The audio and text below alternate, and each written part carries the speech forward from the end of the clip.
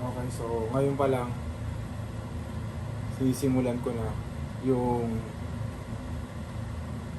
araw ko para bukas. So, may routine ako na ginagawa bago ako matulog. So, pinaprepare ko na yung mga kailangan kong gawin. So, ngayon medyo late na. Ngayon, 11:30 na.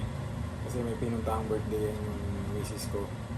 So, hindi excuse yung birthday yan. Kasi lalo na Monday to Friday, non-negotiable. Non-negotiable yung Monday to Friday na kailangan ko mag alas 4. So, ngayong araw, alas 4 ako nagising. Hindi ako nakaidlip. So, 100% sure ako na mahihirapan akong bumangon bukas. Pero, alam ko na yun, expected ko na yun. So, kailangan ko lang gumising kagad. So, 100% din nagigising ako bukas. Kasi pag mahirap yung isang bagay, nakikita ko siya as opportunity para i-stretch pa yung sarili ko, di ba? So, pag mahirap yung isang bagay, opportunity siya para i-stretch pa yung sarili mo. Ito yung mga bagay na madaling yung mga ganitong bagay, yung mga mahirap pero mabilis na bagay na mabilis mo siyang ma-overcome na bagay. For example, puyat ka pero kailangan mo gumising na maaga bukas, di ba? Tapos may option ka, pwede ka namang hindi magising o pwede kang magising pero pipiliin mo pa rin gumising, di ba? So ito yung mga bagay na nagbibigay ng sense of empowerment sa iyo. So nire-reinforce, kagaya nga sinabi ko, nire-reinforce natin yung sarili natin. So ayun, simulan ko na kaagad yung post-workout ko. I-prep ko na kaagad yung post-workout ko para bukas. So, ganito ako palagi.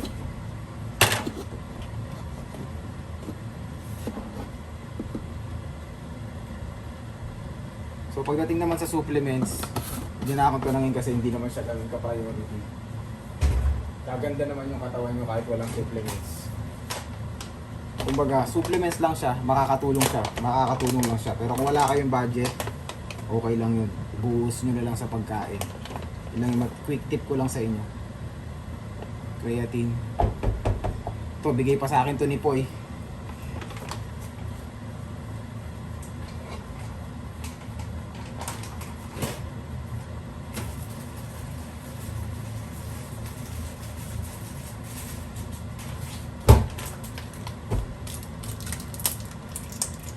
Barley powder.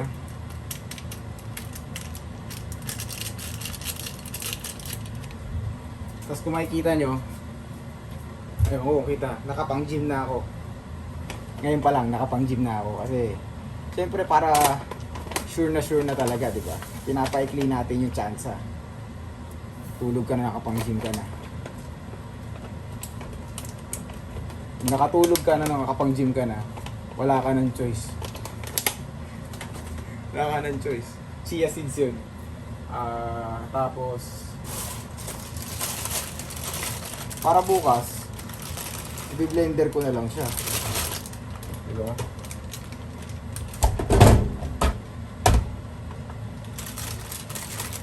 Itimbang natin yan. 40 grams ng rolled oats.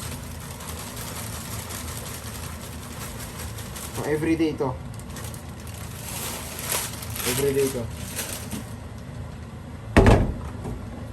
Tapos lalagyan ko na lang ng saging, ng mixed berries, tapos gatas bukas. So naka-setup na yun dyan. So ito yung mga bagay na makakatulong para kinabukasan, di ba? Kasi kumbaga nababawasan niya na yung load ko bukas, yung mga kailangan kong gawin bukas. Tapos yun na, maglalagay na ako ng tubig sa gym bag ko. Para bukas, ang gagawin ko na lang, magre-ready pa pala ako ng ito pa pala, i-ready ko pa pala ito. So, isa to sa mga importante sa routine ko na kailangan talaga Kailangan talaga nandun siya. Nako muna, baka hindi na naman naka-record to. Ang dami ko na pinagsasasabi dito. Okay, naka-record. Naka-set up na tayo para bukas. So yung kape naman, kaya ako siya iniinom kasi pampatay ko siya. Para matay ako agad. Tapos, umiinom din ako ng, pag right after waking up, umiinom din kaagad ako ng 1 litro ng tubig.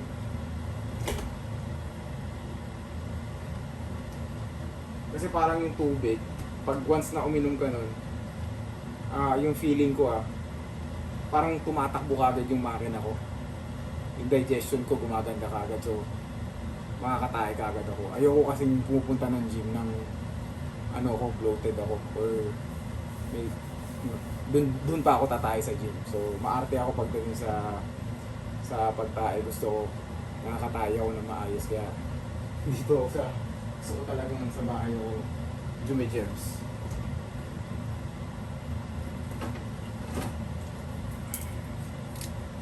Tapos yung pre-workout ko,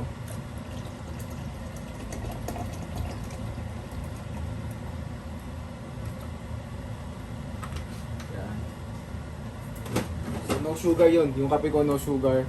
Bakit no sugar? Kasi gusto ko yung pait eh. Nakakatulong yung pait para magising ka eh. Sipin mo, antok na antok ka. Iinom ka ng sobrang pait, di ba? Gising ka kagad. Tapos ito, ilalagay ko to sa tabi ko. Nandun to sa tabi ko. Para pagising ko, hawakan ko agad to. Boom. Wala nang magagawa kasi nakainom ka na ng kape. Diba? Except na lang siguro kung ikaw yung tao na inaantok pa pag nakainom na ng kape, kasi may mga ganung tao. Pero ako, pag uminom ako ng kape tapos may halong tubig na ganito kadami, sureball to. Sa CR ang diretso ko. So dire-diretso na yun. Tapos ko nun,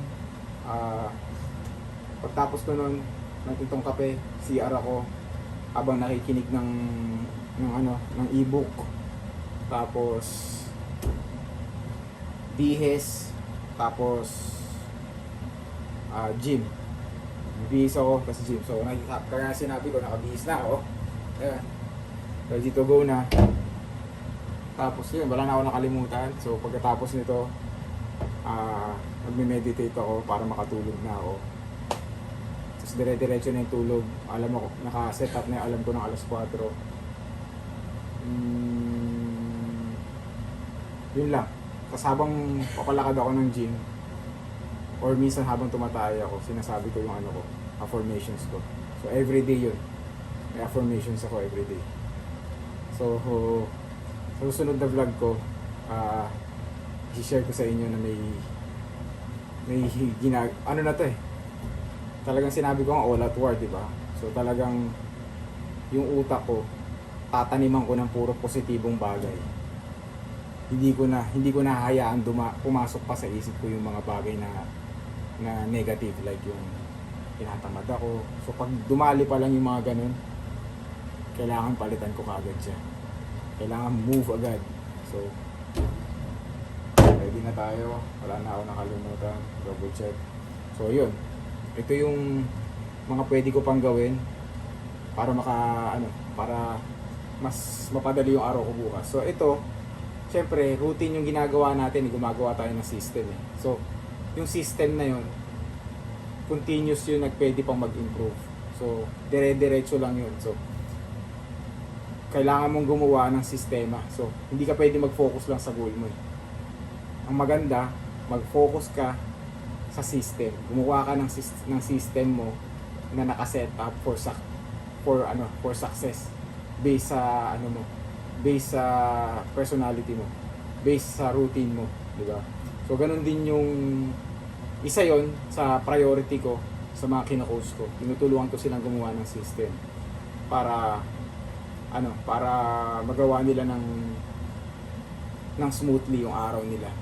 Kasi pag maganda yung system mo, dire-diretso yan. So paano ka makakagawa ng magandang system? Learn from your day-to-day failures. Yun lang yun. So pag nagkamali ka ngayon, isipin mo, bakit ako nagkamali? Paano ko ma-improve yun? Kinabukasan, improve mo kaagad. Diba? Ganun lang yun hanggang sa magdire-diretso na. Kasi dire-diretso na yung promise. Sundin nyo lang to. Ngayon, kung wala kayong maisip na sistema, simulan nyo lang sa pagising ng consistency sa pagising ng ganitong oras. So, di ba? Kaya ako sinimulan ko ng alas 4, biglaan. Biglaan lang yun. Tapos kinabukasan, automatically, dahil binigla ko yung alas 4, naisipan kong matulog ng alas 10. Di ba? Ng alas 8 na mas maaga. So, dagdag yun sa sistema, matulog ng maaga. So, ngayon, dahil gusto ko na, nung alas 4 na ako nagising, dumagdag na to. Nire-ready ko na kaagad to. Diba? Kasi nga, mahirap. Binabawasan ko na kaagad yung load ko bukas. So ngayon, para mas bumaba yung chances na tama din ako sa umaga dahil alas 4 yun, tsaka para matai din ako kaagad kasi ayoko talagang umalis ng gym nang hindi ako umalis ng bahay nang hindi ako nadudumi. Ngayon, ilalagay ko na to sa tabi ko pag sa kama para hindi ko na kailangan tumayo pa. So mas liliit yung chance na tama rin ako kasi sa tabi ko lang eh. Pag nag-alarm yung cellphone ko, andun to kaagad sa tabi ko pag inom agad. Kape to na walang asukal.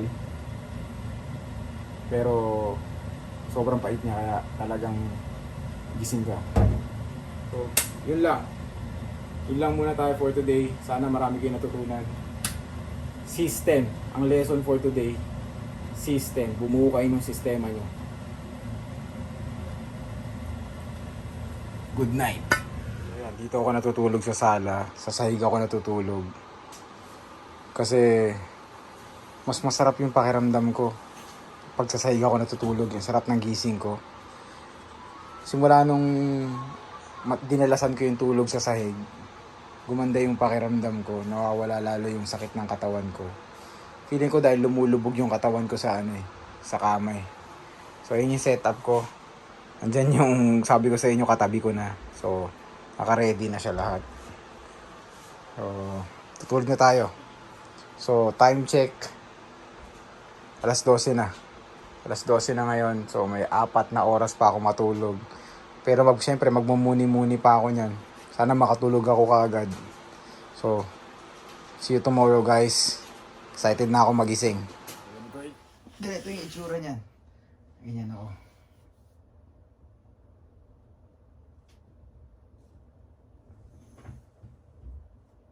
Yan. Tapos pagising ko bukas, gusto nga sanang videohan yung pagising ko eh. Kaso maubos yung memory ng cellphone ko. Malolobat ako kung bibidyohan ko yun. Kaya hindi na lang. Parang gusto ko din kasi makita yung itsura ko kung paano ako nag-e-emote pagising ko eh. So yun lang yun. Kaya din dito ako natutulog kasi nagigising sila sa alarm ko. So nagagalitan ako pag nagigising sila sa alarm ko. So good night ulit guys.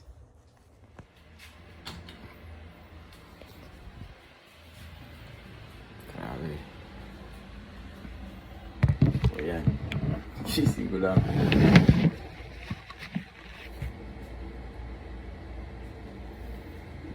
Kalahati ko na. Pag alarm, pinatay ko. Hindi pa ako bumangon kaagad, dumapa ako. Muntik ako makatulog ulit. So, non-negotiable.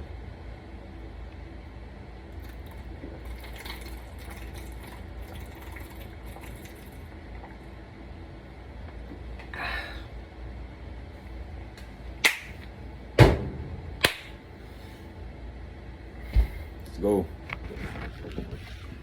I am strong. I am powerful. I am disciplined. I am patient.